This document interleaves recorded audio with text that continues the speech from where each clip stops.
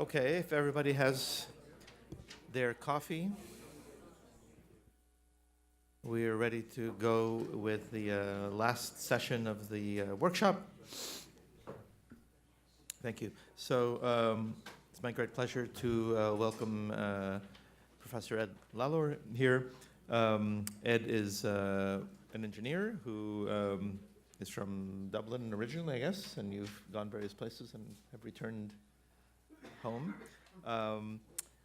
He actually has been doing a lot of very, very relevant research in this domain, which is why we invited him. You already heard about some of the algorithms that he developed that we've been applying in our lab. And I guess more generally from your website, it's very interesting to read that your goal is to develop quantitative modeling of sensory signals, and that's, of course, the topic of your presentation. What I liked about it was that it's not just modeling for the modeling's sake, but also to address both cognitive questions and clinical questions. So it really fits in quite nicely with the theme of this workshop. And thank you for coming all the way from Dublin. Oh, well, no, I'm sorry, you're in Rochester now. Yeah. I meant to say that. I don't know where I am myself half the time. Thank you for coming all the way from Rochester. It might take longer to get here from Rochester than it does from Dublin. Yeah, well, at this time of year, it can take any length of time at all, yeah. Okay, well, thanks very much for the introduction and for inviting me to come. I'm going to talk about some work. One of these meetings, it's sometimes, because it's a workshop, there's obviously it'd be nice to present some work in progress and get into the nitty-gritty of some discussions. But just because the stuff that I am presenting, I probably haven't talked about in this context before, I decided rather than do that, I would just kind of, and people don't know me so well here, maybe I said I would give a kind of a greatest hits of some of the stuff we've been doing the last few years, and then maybe afterwards we can have discussion about some ongoing stuff and how it might apply to the questions we're interested in at this workshop. So I get confused half the time as to where I am myself, because I moved about a year and a half ago. My lab had been going at Trinity College Dublin for about 5 years, and I moved about a year and a half ago to Rochester, and I still have labs in both places, and so I'm often jet lagged and often on Skype. But so I'm going to talk today about some stuff we've been doing for several years, and it's a complementary approach, I think, to what we've been hearing about quite a bit the last 2 days. In particular, we've heard a lot about the very nice idea of comparing responses to stimuli, natural stimuli across subjects, and how this technique is really quite powerful because it doesn't make any major assumptions about what's going on in the data particularly. It just says, show me all the data that's going on in this person and show me how it's similar to all the data that's going on in that other person, so it catches whatever is going on in the brains of these people, whatever they're experiencing or representing. Now, the challenge with that then, of course, is to unpack that and say, well, what exactly is going on in those comparisons and what is being represented by these signals and so on. So we kind of take, like I say, a complementary approach to doing that has its own upside and downside, and that'll hopefully come across as I go through what we're doing.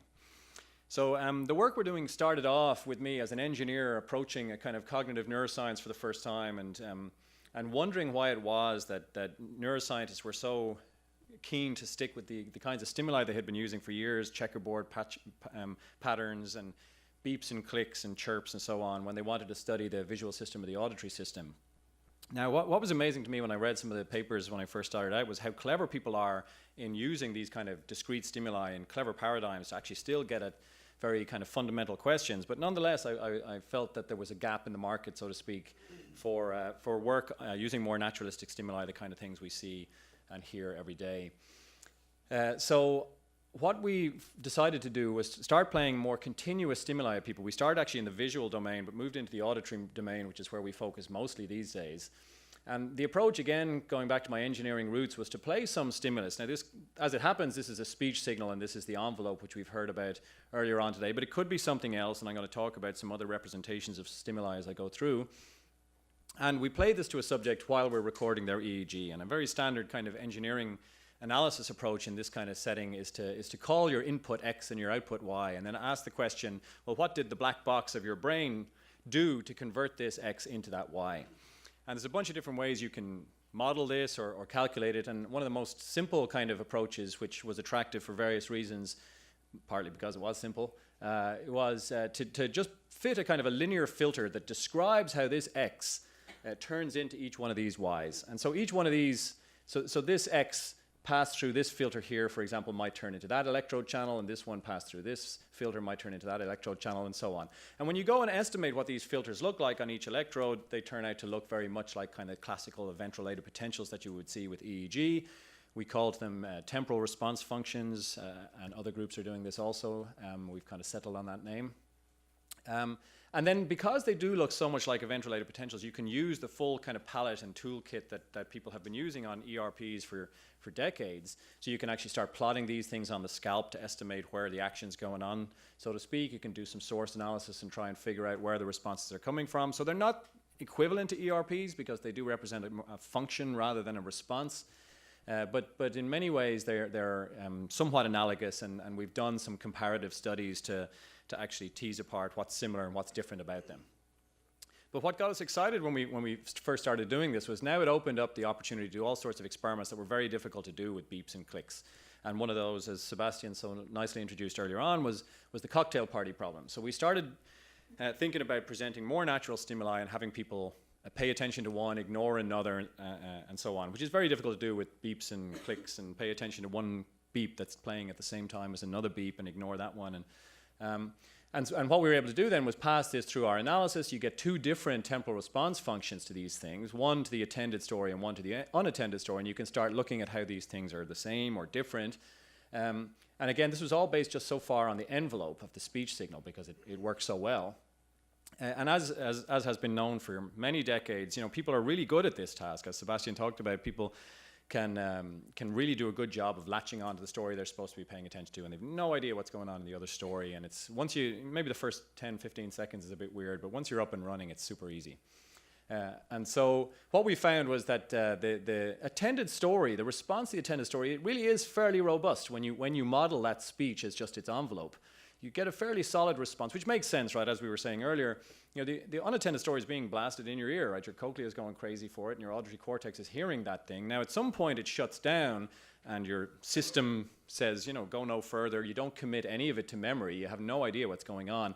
And so we saw this kind of reflected in a kind of a late difference in the temporal response functions between the attended and unattended stories that kind of was predominant over the left hemisphere. And we attributed that to some kind of late locus of attention that says, okay, we'll process the unattended speech to a degree, but we won't process it any more than that, and we'll suppress it at a certain stage of processing.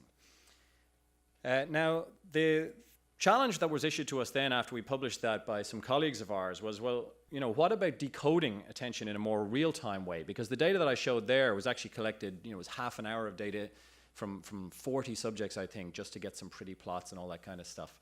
So the question was, well, could we do anything in closer to real time in one subject in terms of decoding how they're paying attention? And I was a little skeptical, but was encouraged by the fact that some beautiful work had come out of the ECOG community. Some folks had been doing some MEG work related to this, and we thought, okay, well, we'll give it a try. And that's where we came up with the notion of doing an analysis that's very similar to the one I've already described. Again, we have our input speech X and our output Y, but this time, rather than trying to estimate the filter that turned X into Y, let's estimate a filter that will, given this data, will do the best job possible of reconstructing the speech that caused those data. So we want to go in the opposite direction, and we fit this filter that, as Sebastian mentioned, weights different channels differently, it weights different time points differently, and it comes up with some optimal estimate of the speech that caused that data in the first place. And when you do that, then you get some estimate of the envelope, for example, weighted the channels in some particular way. You can see auditory cortex is obviously playing a big role in reconstructing the speech here. And of course, they were hearing two stories but only paying attention to one, so then you can compare the reconstructed envelope to the two stories, and whichever one is closer wins, and 90% of the time, 100% for some subjects, it's closer to the attended envelope, and we've successfully decoded which story they were paying attention to. And so we also checked against subjects' behavior, because it's not clear that 100% is actually ground truth necessarily. Again, particularly of interest for kind of thinking about trying something like this in patients with disorders of consciousness.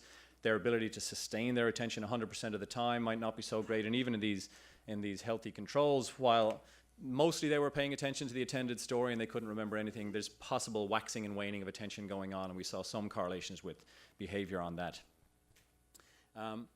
Another thing then that we decided to tackle now that we were in this mode of kind of presenting natural speech and a topic that had been studied again for many years using discrete stimuli was multisensory speech. So most people will be familiar with the famous McGurk effect, and still to this day at the International Multisensory Research Forum meeting, up to 20 or 25% of the posters are on McGurk, which is amazing. I mean, the effect is really amazing, and that it's still giving interesting questions is remarkable. But again, it struck me as a kind of a naive person coming into this field that was we don't see McGurk effects too often in our daily lives, and mostly we're using dynamics of moving faces in crowded restaurants to understand what people are saying.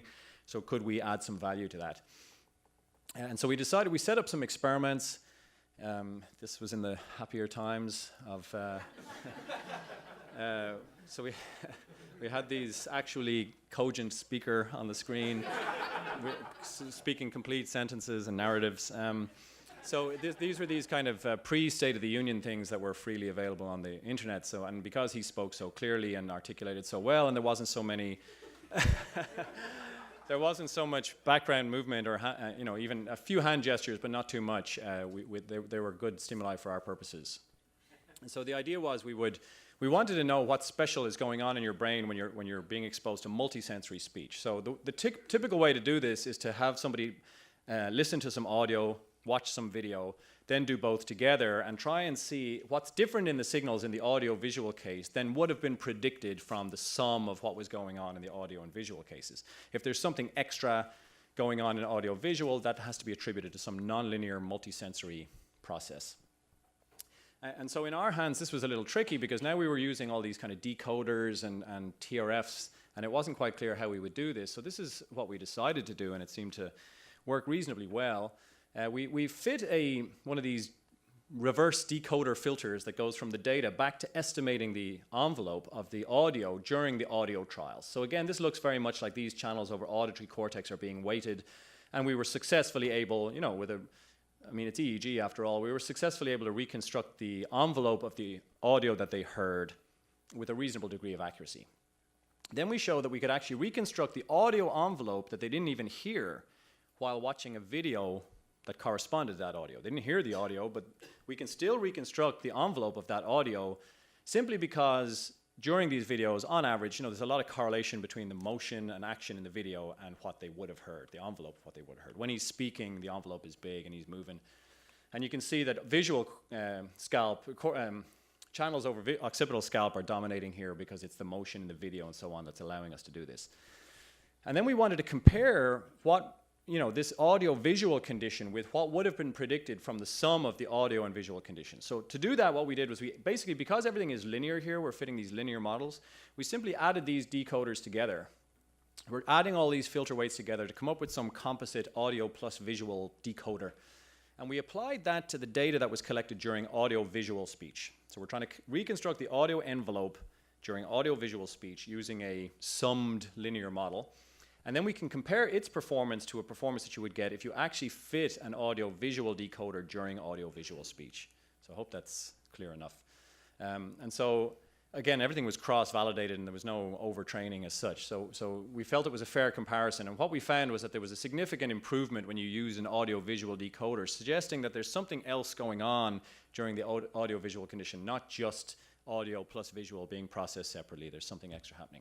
And so to confirm this, we did a little bit of extra analysis that I'll skip over a little bit. I mean, this analysis really was just trying to assess whether, this was due to the activation of extra generators in the audio-visual condition that were probably not very active here. Superior temporal sulcus, for example, has been implicated in multisensory processing. And because it's EEG, we don't tend to do a lot of source analysis. We probably should. If others are interested, I'd be happy to talk to people who might be interested in thinking about that, but we haven't done much of it. But to confirm what we were seeing, it made sense to us to try this in audiovisual speech in noise. All that stuff I showed you was the Obama videos were perfectly clear. You don't really need the face to understand what he's saying. So let's try it out in the real test, which is where you use the face to better understand because it's noisy. I'll play this. it may not work. It works really well when you're quiet in the lab with your headphones on. The idea is you're going to hear Obama speaking in noise. You probably won't understand much of what he's saying. When his face comes on, you should understand him much better, even though the audio is still as bad. And then eventually we drop away the audio just to leave the vision.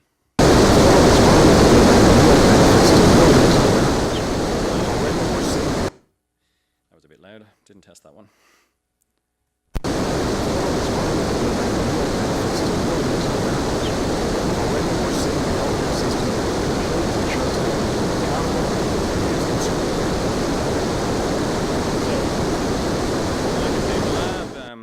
In the lab it's clearer, but maybe you got some sense that when his face came on you could better understand what he was saying. And that was very much reflected in subjects' behavior, their ability to understand and report target words or just self-report intelligibility was much, much better when the video came on than when it was just audio only.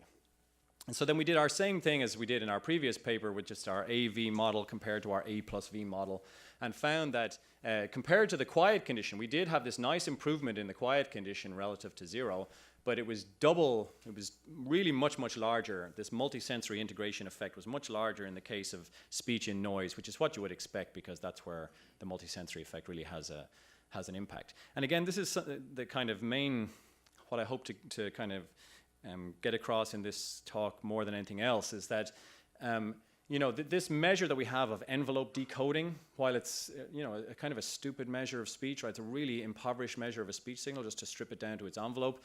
Nonetheless, the decoding measure is sensitive to something that is kind of behaviorally relevant at a high level. I mean, people are way better. They're really helped by the multisensory thing here behaviorally, and that's reflected in the envelope measure. And then what I'm going to go on and talk about at some point is how we can maybe go beyond the envelope to even to get more specific on this and even more sensitive measures. Okay, I'll skip over that. Yeah, we've been playing around with some of this stuff more recently, just decoding multisensory cocktail party attention experiments. We've had some fun hiring some student actors to come in and read some stuff for us and have people paying attention. And then that presents its own problems trying to decode attention in these multisensory environments. But we're trying to push on this theme of kind of making things more natural all the time. And so far it's working reasonably well. We come across some new challenges every time, but we've been able to successfully decode attention in these multisensory settings. Even in that case where you might be looking at your colleague and your colleague is telling you some boring story of some analysis that's not working or whatever, and there's some juicy gossip going on over your left shoulder, and you still look at them and nod because you want to be polite, but you're not paying any attention. So that's important again for these decoding hearing aids thing. You want a smart hearing aid to actually recognize when you're not paying attention to who you're looking at, because that's what we do. I mean, it's what we do. I didn't do it to any of you guys at coffee.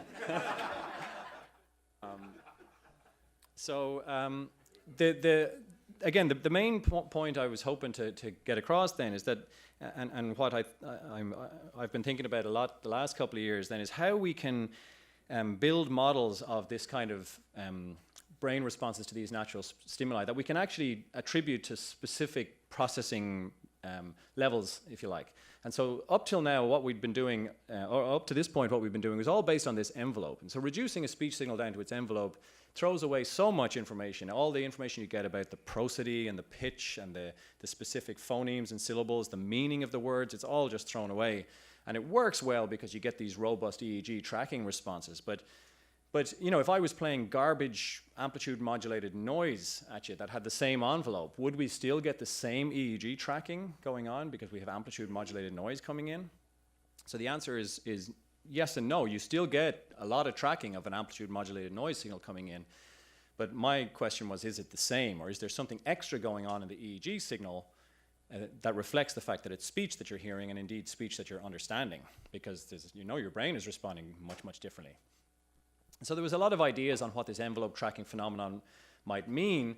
And then again, we were inspired by the ECOG folks and by fMRI folks who had shown, the fMRI folks had shown in particular, that when you're listening to amplitude modulated noise, you get some auditory cortex going off.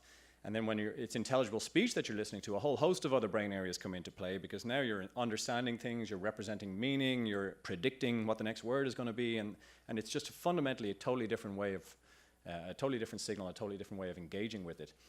And so again, the ECOG folks inspired us to a large degree. Some great work from Nima Meskarani and Eddie Chang showing that responses in superior temporal gyrus in ECOG seem to not just generally be coding any kind of combination of time and frequency features, but specifically time and frequency features that corresponded to certain phonetic features that we experience regularly. So there was a lot of electrodes in their ECOG that were responsive to things that looked like a burst, like a plosive B or a P. There were a lot of electrodes that responded to different kinds of fricatives or nasals, suggesting that superior temporal gyrus is not just there to respond to all different types of frequencies, but parts of it at least have evolved to be super sensitive to code specific speech features. And so inspired by this, we said, well, what can we do with the EEG then? And we took an approach where we played these, just a single story at people. Again, these stories are professional kind of audiobooks. They're quite engaging. And we didn't actually measure if people were paying attention to it. But again, as Sebastian said, these are the only EEG studies we've ever done where when we tell the subject they're finished and free to go, that they actually sometimes say, can I do a few more runs? This never happened with any of our other experiments. So we had they were listening to Old Man in the Sea here, and the idea was that we wanted to see if there's something else going on in the EEG beyond just envelope tracking. So the way we approached it was the following. We represented the speech as its envelope. We fit one of these TRF models, and then we used that TRF model on a left-out trial, the 10th trial or whatever. We sent the 10th trial envelope through the TRF that we had fit to predict the EEG that corresponded to the 10th trial. So we fit our TRF using trials 1 to 9, and then can we predict the EEG from the 10th trial using that TRF model? And of course we can. We knew we could. EEG tracks the envelope. But that was our baseline measure. Then the idea was, if we represent the speech as something richer, if we retain some of the information in the speech signal, can we do a better job of predicting the EEG? And if we can, then the EEG is reflecting more than just the envelope. It's reflecting some of the detail in the speech that we had otherwise thrown away. So the first thing we tried was just its spectrogram. So we represented as a bunch of frequency bands and their various envelopes and fit a kind of a multivariate temporal response function using, again, say 9 trials and trying it out on the 10th. We tried it then using, we could use some software to do this. It was laborious enough at the same time, but you can actually time align phonemes to the onset and offset of every phoneme in your speech stimulus the whole way through and come up with this kind of multivariate representation of ons and offs. So this might be telling you that a b has just come on and off here and an a is happening there or something. And you can actually label your speech in that way. You can also do this in terms of phonetic features. I won't go into the details of that. They're effectively, in some senses, they're equivalent. We won't worry about it too much right now. And then some combination of the phonetic features and the spectrogram. So the rationale here was that, thinking again about speech processing as a hierarchical thing, you have low-level auditory cortex that cares about microscopic little frequency fluctuations and all that stuff. But at some point, behaviorally, you're kind of insensitive to those fluctuations, and you perceive an a as an a if I say it as a whisper, if I say it before a vowel, if I say it after a consonant. Even though this actual spectrogram of the a can vary very much from utterance to utterance, you perceive it as an a. So somewhere along your speech processing hierarchy, you become invariant to the frequency fluctuations, and you start representing the a as some kind of categorical thing. So by including both the frequency information and the categorical information in here, the idea was that we might be able to reveal that the EEG is reflecting the processing of low-level areas that care about all these little microscopic frequency fluctuations, as well as higher-level representational generators that care about speech processing in some kind of categorical way. Does that make sense? Okay. And so, lo and behold, that model won. So that suggested to us again that the speech is not, the EEG is not just reflecting the acoustics that it's hearing, but also the categorical labeling of categorization of this speech into different phonetic features. Now, having said that, we were also worried that, well, our model is just a bit bigger now and fancier. We've more parameters. Maybe it's just doing better because it's got more parameters. So we tried it again on time reversed speech. So I don't mean just, actually flipped around. So it fits your, it doesn't make any sense. And so it's a lot of the same acoustics, kind of broadly, but no kind of categorical perception anymore. It doesn't sound like proper speech. And our effect went away. Everything dropped a little bit because people probably weren't paying attention quite as much here. It's hard to sustain your interest in an hour and a half long Old Man in the Sea backwards. This one they didn't ask for more chapters. But the main point is that this key difference, this combined model of low-level acoustics and higher-level categorical perception performed best here, and that effect disappeared there. And you could go in then and analyze the actual TRFs themselves to see what they look like to certain phonetic features or specific phonemes. And I have a new grad student on board who's very much interested in linguistics and phonetics, who's going to a whole nother level in trying to tease this stuff apart and seeing what features in speech drive the EEG more strongly than others and things like that.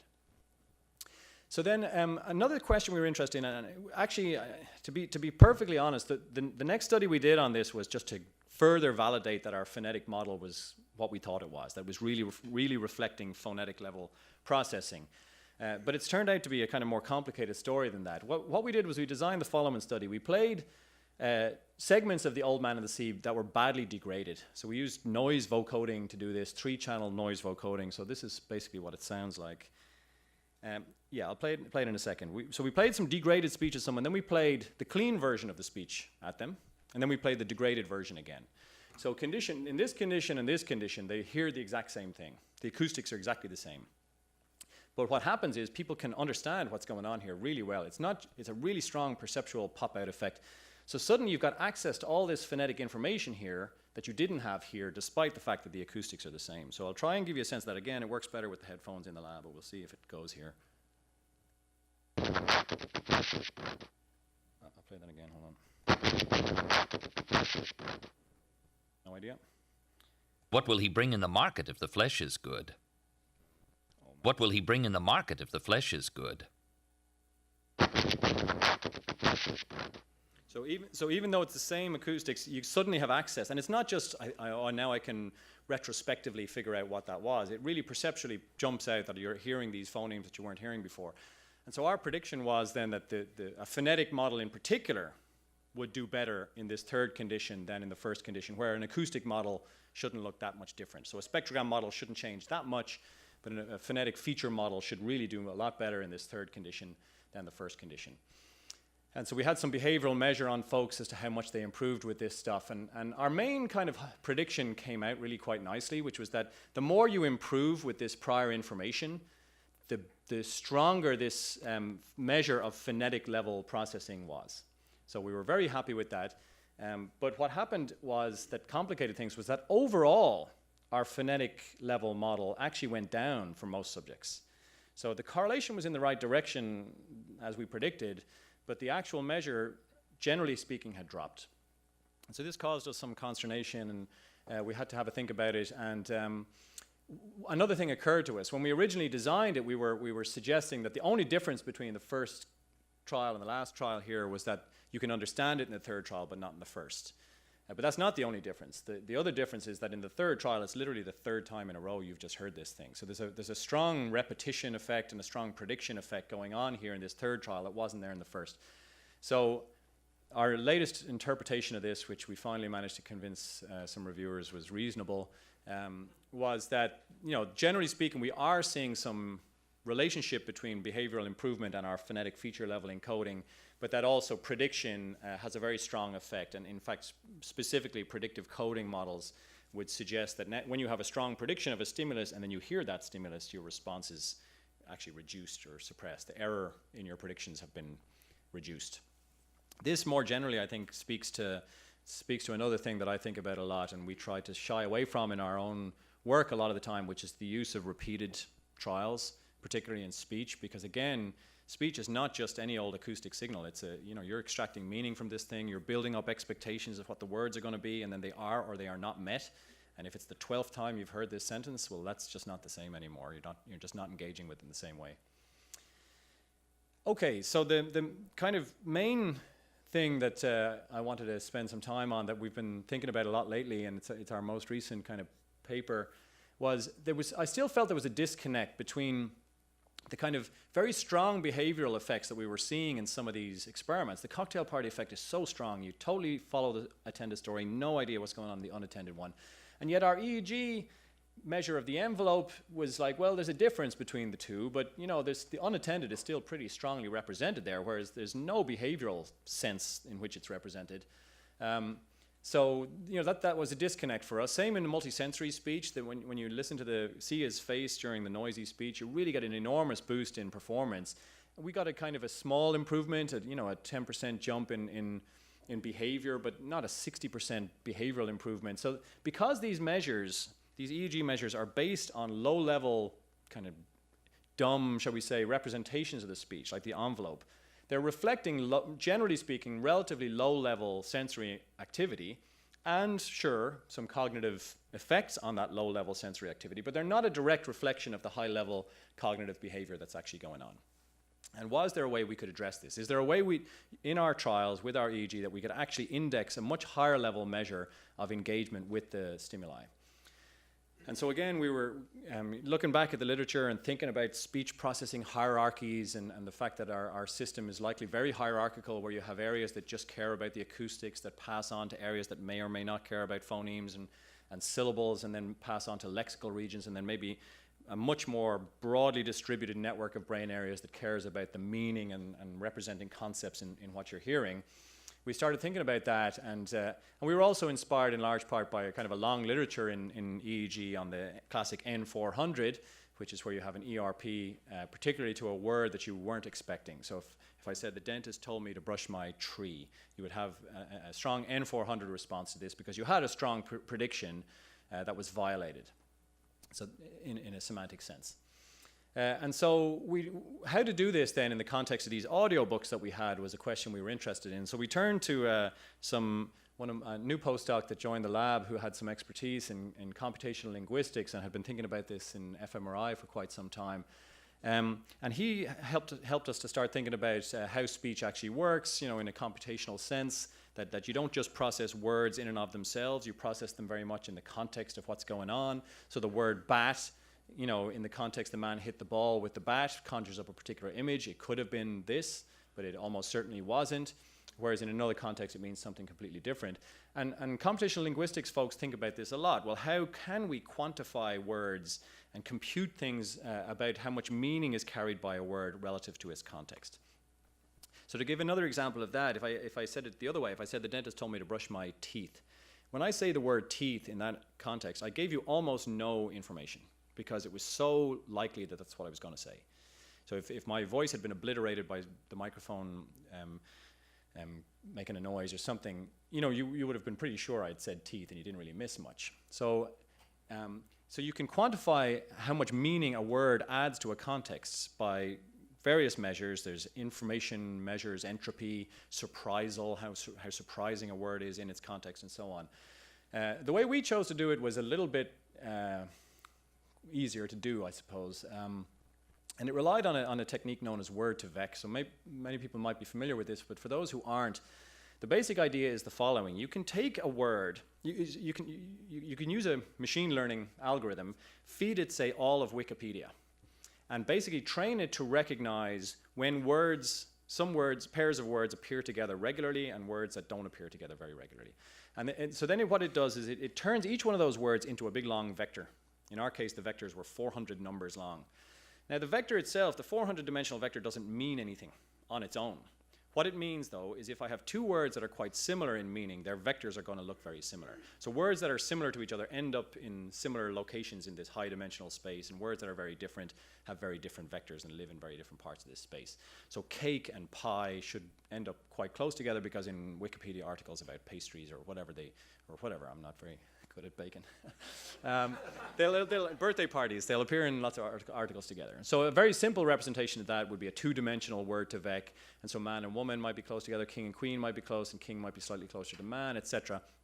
And they might all be very far away from fastest. And so this is just a two-dimensional vector that's reflecting these meanings. And if you take it to all the words in English, you might need a 400-dimensional vector, for example, to represent how they're related. So this is quite similar, not exactly the same, but quite similar to some fairly splashy papers that have come out in the last year or two on this concept with fMRI. And so we were interested to then try it with EEG.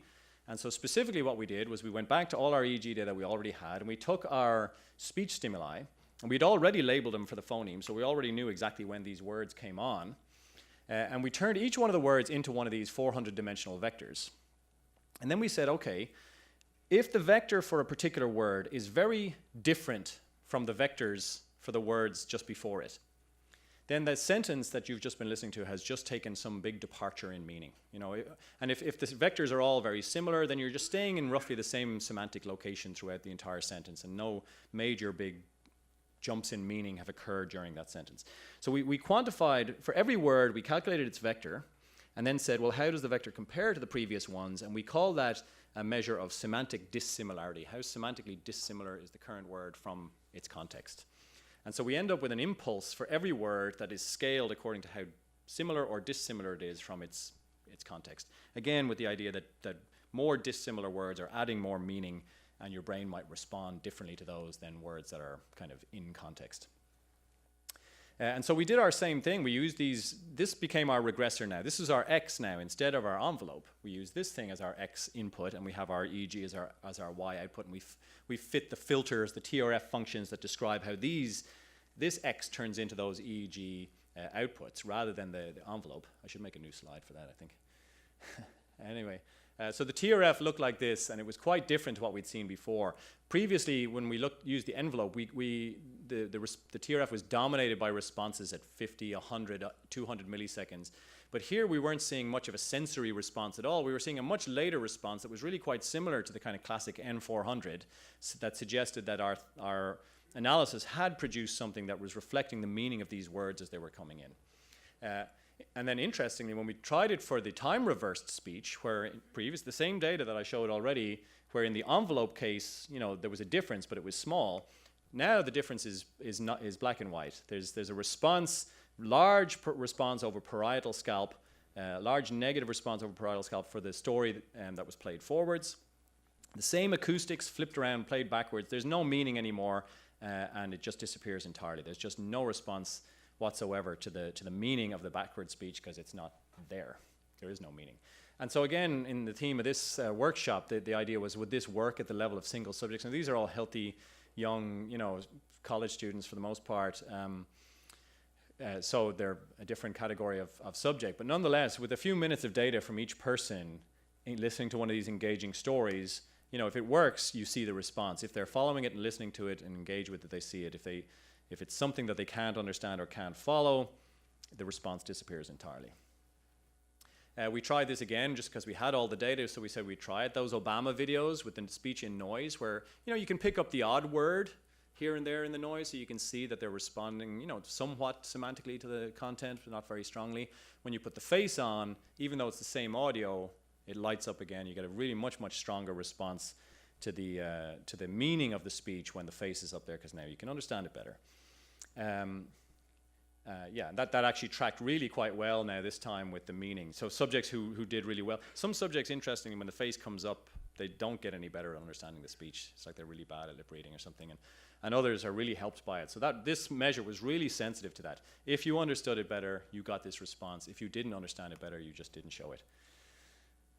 In our cocktail party data that I already showed as well, where we had, again, a strong response to the unattended speech using the envelope. Here, using the semantic regressor on the same data, we have a very strong response to the attended speech, and again, nothing at all really for the unattended speech. And that's again reflected here in the time course. And this is just not what I was used to seeing in sensory responses in EEG, which I've been looking at for a decade. So this is very much a cognitive response to the content of the story, and if you're not engaged and not paying attention, it's just not there. Interestingly, this will require replication and further study, but the peak of this thing also could potentially be a dependent measure, in the sense that the folks who actually did really well on the questions had an earlier peak here of this thing, suggesting one interpretation that the folks who are more efficient at incorporating the meaning of words into their contexts are doing a better job of paying attention, or vice versa. Those who are sustaining their attention are quicker at absorbing the meaning of the story. Those that are flitting between the two stories, this thing might be getting smeared out. Anyway, rather than just the amplitude, the latency also potentially could be a dependent measure that reflects how well someone is processing speech in context. And then we did a comparison because, we were inspired in large part by the N400, and so we did a comparison. It was a little lazy of a comparison. It was just a few subjects, just showing that if you have a big one of these TRFs, you also have a big N400, suggesting the two responses may be the same thing. Ours just might be a kind of a more flexible way of deriving it in terms of using the stimuli rather than these weird sentences. But there's reasons to believe they might not be quite the same, because the assumptions that we made in deriving our thing are not quite the same as you make when you're doing an N400, but that again is a question for another day, I think. And then just again, because you know, of the topics that I expected to come up here, I just wanted to touch on another thing that is a bit more recent and is still a work in progress that speaks to this idea of decoding music and how that relates to speech. So I've been thinking a lot, as you can tell, about the hierarchical processing of speech, and speech is a particularly kind of unique signal in the sense that there's different levels, phonetic levels and syllabic, and then semantic levels that you can model. And music has phrases and lots of other stuff. I'm not a musician. Has lots of other structure to it and could be modeled in some kind of hierarchical way as well. But we started off just trying to do what we had done before, but just using the envelope of some music to see if we could reconstruct the envelope of some musical pieces. So we didn't have any really great hypotheses here. We collected a bunch of EEG while people were listening to rock songs or classical music songs, or just the vocals from the rock songs, with the idea that they might have similar, you know, envelope fluctuations as speech a little bit, might be more similar to speech, and then speech itself. And what we found was really interesting. These are different subjects and different songs. We could reconstruct the envelope of the speech as usual, no problem. We could do the vocals okay, which again made some sense because, you know, statistically their envelopes are not that different from the speech. But we really were terrible at reconstructing the classical music envelopes and the rock music. Now, partly that's because, well, at least partly we thought it was because the statistics of classical music and rock music in terms of their envelopes is just not the same as speech. Speech is quite sparse. It comes on, it's off, there's quiet bits. Rock music oftentimes is heavily produced and made to be, you know, have a fairly wall of sound kind of effect where the envelope is quite flat. But Nate, who's been working on this, went and had a look at the statistics of the various different pieces to try and see if there was some explanatory power in the statistics. Those rock songs that were more variable, were they these ones? And the ones that were less variable, were they down on the line? But he felt that just the baseline statistics of the stimuli didn't explain why we could reconstruct this and not this. I mean, this is 0. Like if this was up at 0.05, then it might be explained by the statistics, I think. But the fact that it was almost 0 was a surprise to us. So what he decided to do then in his wisdom was, rather than just, as we had always done, feed in kind of low frequency broadband EEG, was to actually break the EEG up into various constituent parts that might be informative: the delta phase, the theta phase, the alpha power, the beta power, all that stuff, and feed all of these things into an analysis to see if any of them added in would allow us to do a better job of reconstructing the rock music envelope. And lo and behold, that worked quite well. And in particular, the addition of alpha power to the analysis really boosted the ability to reconstruct the envelope of the rock music. So our initial interpretation of this was that you engage with music in a different way to speech. My kind of hand-wavy explanation, there's songs that I've heard maybe 100 times, and I don't know the lyrics. I couldn't write down the lyrics. But if somebody gave me a 3-minute long speech and played at me 100 times, I would know it off by heart. So I'm definitely engaging with it differently. Part of the reason that we like music is that it has structure and it builds expectations in us, you know, with the hook line that gets satisfied time and again. So there's a kind of a rhythmic expectation fulfillment thing in music that may be reflected in alpha power fluctuations as a function of some kind of attentional engagement with the piece that waxes and wanes as a function of the structure. This is all a little bit hand-wavy, but it sounds okay. So that was the idea. Now, there's an extra little wrinkle in all of this that Nate has been digging into a bit more recently. And what he actually, the latest thinking on this is that that when we reconstruct the envelope here, his claim is that actually it's not really the envelope that we're reconstructing. He believes that what we have found is alpha power is tracking more directly the kind of complexity or the structure in music as it proceeds through the song. I can talk more about that maybe offline, but and that might correlate with the envelope, but he doesn't think it's the envelope that we're really tracking. More interestingly, perhaps, it's the predictability or the complexity or the structure of the music that might be reflected in the alpha power fluctuations. The more predictable, the more alpha, and the less predictable, the less alpha, or vice versa. I don't actually know. Yeah, so just to show that again, the speech, you know, when we reconstruct the speech, it's these temporal channels, auditory cortex that's doing its thing. When it's rock music, it's something else. It's not an auditory thing. Really, it's some kind of attentional engagement or something that's helping us do this. Okay, so to summarize that, we've been doing a bunch of work particularly with speech, looking at things like cocktail party attention and decoding cocktail party attention in an attempt to do real-time decoding. We've been looking at multisensory speech, especially speech in noise, which was hard to do before with Baz and Daz and experiments like that. We've been decoding attention in multisensory environments, and then we've been trying to push beyond, based on this idea that speech is processed in a hierarchical way. And rather than, I don't want to say I'm lazy because I do work very hard, but I'm a little lazy when it comes to some of the source reconstruction stuff. And we saw how complicated, the stuff was that Pedro was talking about yesterday. It's a real challenge, and it's also extra frustrating in some ways because it's so hard to validate. You have all these different methods and you do it and you've got a nice solution and it fits with your idea, but how do you know it's the right one when you try a different, penalty function or something, your thing looks a little different.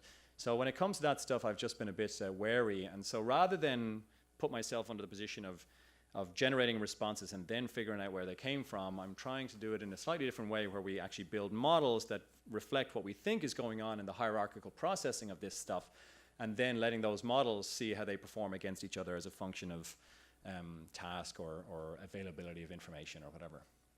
So we've been pushing that on in the speech, in particular beyond the envelope, to look at phonetic feature encoding, and more recently this idea of semantic content in the words as they come in and trying to quantify those, and then more recently playing around with the music stuff a little bit.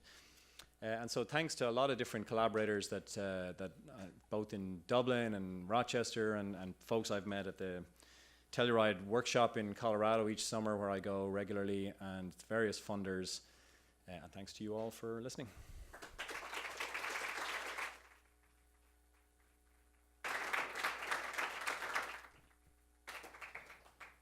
Thank you very much, Ed. That was really very, very nice, very relevant for a lot of what we're talking about. I just want to put in a quick question, of course, about the last study, which really interested me. And I'm wondering if the reason the overall envelope doesn't work so well is because in music, really, in speech, you have a single channel, right? Mm-hmm.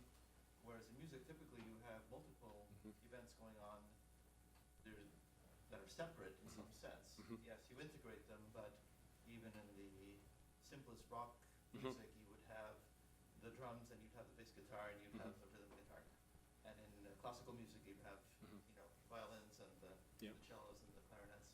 So I wonder if you were to take each of those envelopes separately for each track, would that work better if you combine them? So yeah, we had thought about that. So the actual music that we used there were rock songs that we could download, where we got each of the different instruments separately, and we could do that analysis. But actually, what I think might be going on now is related to that, but perhaps more interesting, is that there's some measure of structure. When you consider all the instruments playing together and over a period of time, there's repetitions and structure in those pieces that gel together. And you can put a number on that and call it regularity or something like that. And so really, I think what we are seeing now is that the EEG is tracking along with that regularity structure, whatever way we quantify that. And that might somewhat correlate with the envelope, because maybe at certain points, a lot of the instruments are doing the same thing. At other points, they're not, and that might correlate a little bit with the envelope, and that may be what we saw originally. But we don't think it's envelope as such, and we think it is something to do with the fact that there's multiple pieces, and they're more or less regular and structured together over time. I take your point, but there must be, you showed earlier that if you just put in like an amplitude modulated noise, you could still get pretty good tracking, right? Yep. So therefore, why wouldn't it work? These other factors, like the predictability and the degree to which any given sound is expected or not, no doubt would play an additional role. And as you know, there are models for that, like Marcus Pierce's model, for instance. But that should only add more. So it's puzzling that the overall amplitude envelope doesn't work. Yeah, we've been really puzzled by it. And we've tried it a bunch of times. It may be it again. And I'm getting very hand wavy again when I say things like that. That it may. You would expect there's some tracking of the individual instruments at the early auditory cortical level, But maybe that's just being washed out by a more global engagement signal that comes about it, because you're not really listening to each individual instrument on its own, as you were saying earlier. You're listening to the piece in its entirety, and you're enjoying it in terms of the expectations it's building and things like that. So, I mean, we played around a little bit with trying to ask subjects to pay attention to, we had these cello, piano pieces, and getting folks to pay attention more to the cello and less to the piano, and seeing if we could decode that.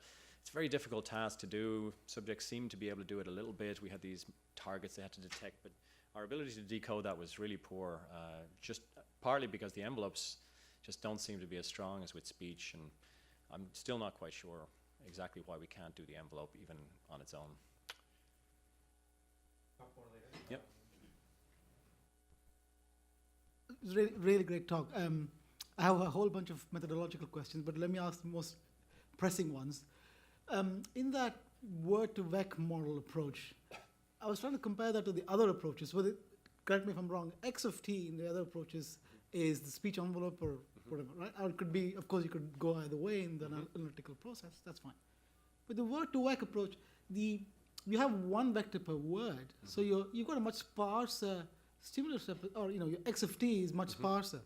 How did you deal with that? Comparing these two very radically different sampling rates. If you see what EEG is, whatever 200,000 hertz, and you've got your words happening maybe once every second. So how did you deal with that? Yeah, in the forward modeling thing we call it, where we're trying to fit that model that describes how X turns into Y. Yeah, I should redraw a semantic slide that looks like my envelope slide to draw it closer. But we really didn't have to do much. But there is a challenge with it. So going forward, where you go from your X to your Y and you fit this TRF in the middle, that works more or less the same way for the envelope as it does for this sparse thing, because you're just feeding it in and doing the regression and asking for the TRF back, and that's what you'll get. What's very difficult to do, and we don't have any idea how to do it, is go the other direction. So we can take all our channels and reconstruct the envelope, but how do you take all your channels and reconstruct impulses? You don't even know where they are. So you don't know how high they are, where they are. Same with phonemes. So you could cheat a little bit and say, well, I could tell you where the impulses are, and then I can guess how high they should be, and that should work.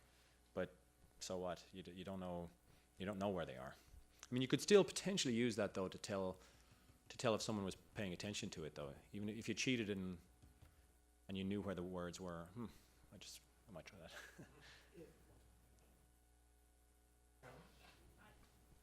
I was interested in your conviction that the phonetic level is the most meaningful in what's being captured by the amplitude envelopes.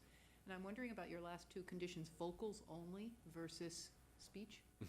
How did you present the vocals only? So, well, I wouldn't say that the phoneme thing is the dominant thing in the envelope tracking now at all. I don't know if that's what I said.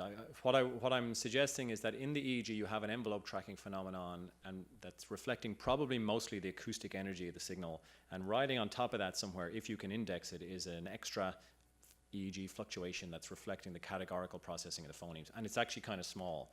And that's why we had to do this vocoded thing and subtract things away to try and hone in on it.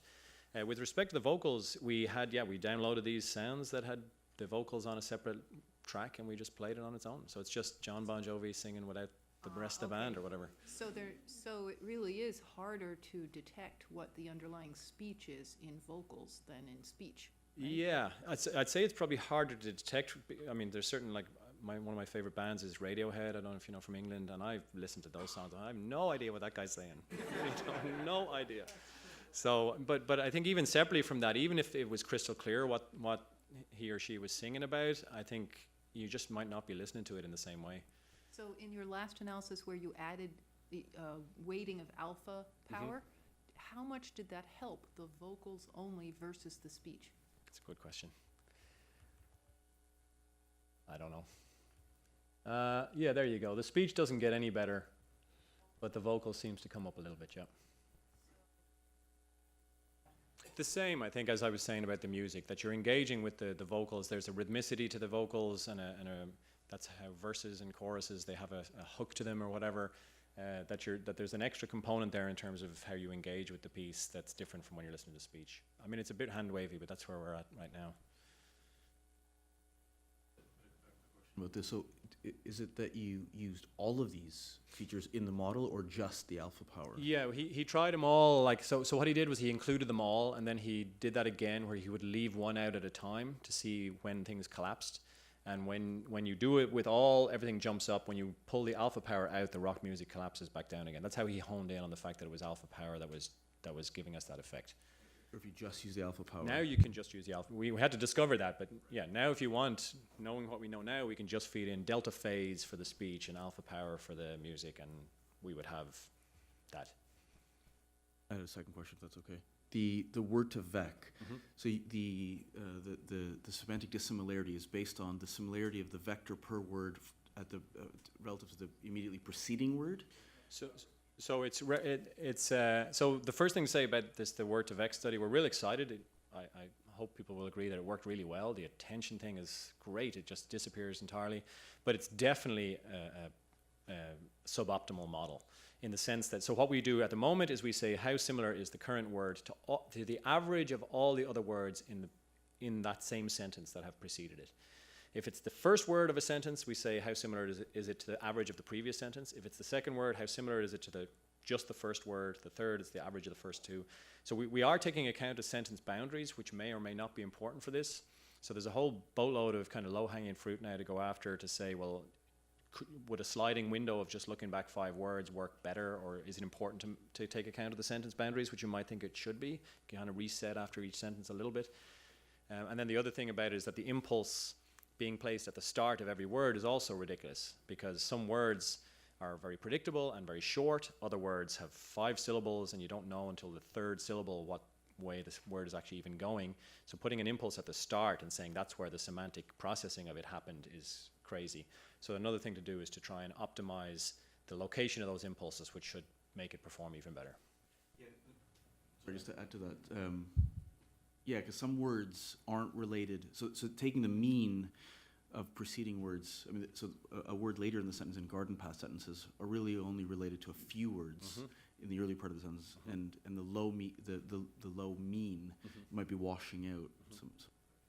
Yeah, another thing we've been doing on that is looking at how similar the previous words are to each other, and then, so if you have a sentence where the semantic meaning is jumping all over the place because every word is different from the previous one, and then you get another word that's different, somehow it's now less surprising because it's in the context of stuff that's all over the place. Whereas if you have 4 words in a row that are on a very similar topic and then a very dissimilar word, now against that backdrop, you've got potentially a very large response. So there's extra layers and levels you can build into this that should work better, but we're still at the beginnings of it. Yeah, so I mean, you answered almost part of the question I was saying. I was going to ask, but also the word to vec model itself, when you build it, you've got a window that sort of engenders a certain set of properties, as you already know. So that's another dimension that actually another hyperparameter you can. Yeah. And you train it on a particular corpus. You download a particular set of text that you use to train the word to vec, and that builds in its own biases. So there's all sorts of ways. And there's other models that are more technical in terms of surprisal and entropy and things like that you can build that are different from this, but similar, but different. And they might also be interesting to look at. One last question, shut up. The phoneme stuff, that's really interesting, you know, the thing that follows on from the word to vec stuff. So you've already said that you can basically discover the presence of responses in the EEG, to summarize really, that capture the fact that people are processing phoneme information and it's got this particular topography. Did you also look at whether those topographies are subtly different for each different phoneme? No, I don't think so. What we tried to do is we tried to look at just if the phoneme models on average were different in terms of topography to, say, the spectrogram model. Again, in keeping with this notion that there's a hierarchy, you know, there's a trajectory posterior to anterior along the superior temporal gyrus, for example, that supposedly gets more invariant as you move along it. And so you know, if you had the resolution, you might expect to see topographic differences, but the EEG prediction scores, they just look exactly the same. I don't think we've actually directly compared different phonemes in terms of their topography. I'm not sure what we'd see, except that plosives and things like that would show big, strong topographies, and nasals wouldn't, or something. In educational data, there's all this demonstration. So basically, you can take the ECOG data and reconstruct the order, and it's unbelievable. Yeah, we tried it a bit actually. We collected one data set where we had some poor unfortunate subjects listen to the same 45 seconds or a minute of Old Man of the Sea, like 60 times or something like that. And again, this is not something we normally like to do because it fundamentally, you're just not listening to that thing the same way the third time, or certainly not the 50th time, in terms of the predictions and engagement and all that stuff that I think is so important. But nonetheless, the idea was just to get our signal to noise up as good as we could, and then try and reconstruct some estimates of spectrograms from the EEG, like heavily averaged EEG, to see. And then if you have a poor spectrogram, you can then use modern, any old techniques you want, automatic speech recognition techniques. All Siri does is take in a spectrogram and then have to work with that. So you could use that technique on the crappy spectrograms you've reconstructed from the EEG and to see if it works, but they're really bad. You can also, reconstruct the low-level acoustics, right, by looking at the very early signals. Yep. Like FFR, for instance, Mm-hmm. right, which actually preserves the waveform to some Mhm. extent. Yeah. So that was something we haven't done any of that at all, really. We've started now a little bit to sample our EEG much faster, so that we can get looking at these much shorter timescale things. But we haven't done much of it. Although I did see some cool work. I was talking to Sebastian about it recently. Tobias Reichenbach, who's based in Imperial, has been trying to do some of this attention decoding based on high sampling rates and super early responses that could be ABRs or could be frequency following responses. And he claims to be decoding attention like this down to a couple of seconds, which is amazing if it replicates. There are also interesting demonstrations where you take the early response from the brain and you sonify it, right? Yep. And then you ask other people to listen to that sonification of someone else's brain, and you can show that, for example, if you do that with a group of musicians, get better classification of the listeners who are listening to the sonification of the musician's brain compared to the non-musician's brain. That's cool. That's like, Yeah. I think Gavin Fiedleman did that Wow. work, which is Yeah. really nice. Cool. But presumably, if listeners can do it, a classifier ought to be able to Mm-hmm. do it as well. Mm-hmm. If there are no more specific questions, yes. Very, very quick one for the priming effect there. I'm just curious, was it a very short time scale, or if you play a minute of it, does the priming still work too? So probably won't work as well. Our sentences were about 10 seconds long. We had a few catch trials in there where the clean segment didn't match the thing that came next, just to see if people would not be able to understand that. So we built in a little bit of catchiness to it, and we were confident that people really were perceiving it much better. But you're right, if you played a minute long, you can't remember the content anymore, and you won't predict it as well. And we've had some other ideas on that, because again, part of the problem with our design was that we're now playing degraded speech that follows on directly from the clean speech. So you've totally got a strong prediction as to what you're going to hear, and that's going to have an impact on how you process it. But there's other ways to feed that information to people. You could feed it via text form, so they don't know what it's going to sound like precisely. You could feed it with some semantic hints about what the content is going to be, and apparently that improves things also. So we have a few other ideas like that would allow us to test this hierarchical modeling and predictive coding explanation we came up with before, and see if we can dissociate those things a little bit.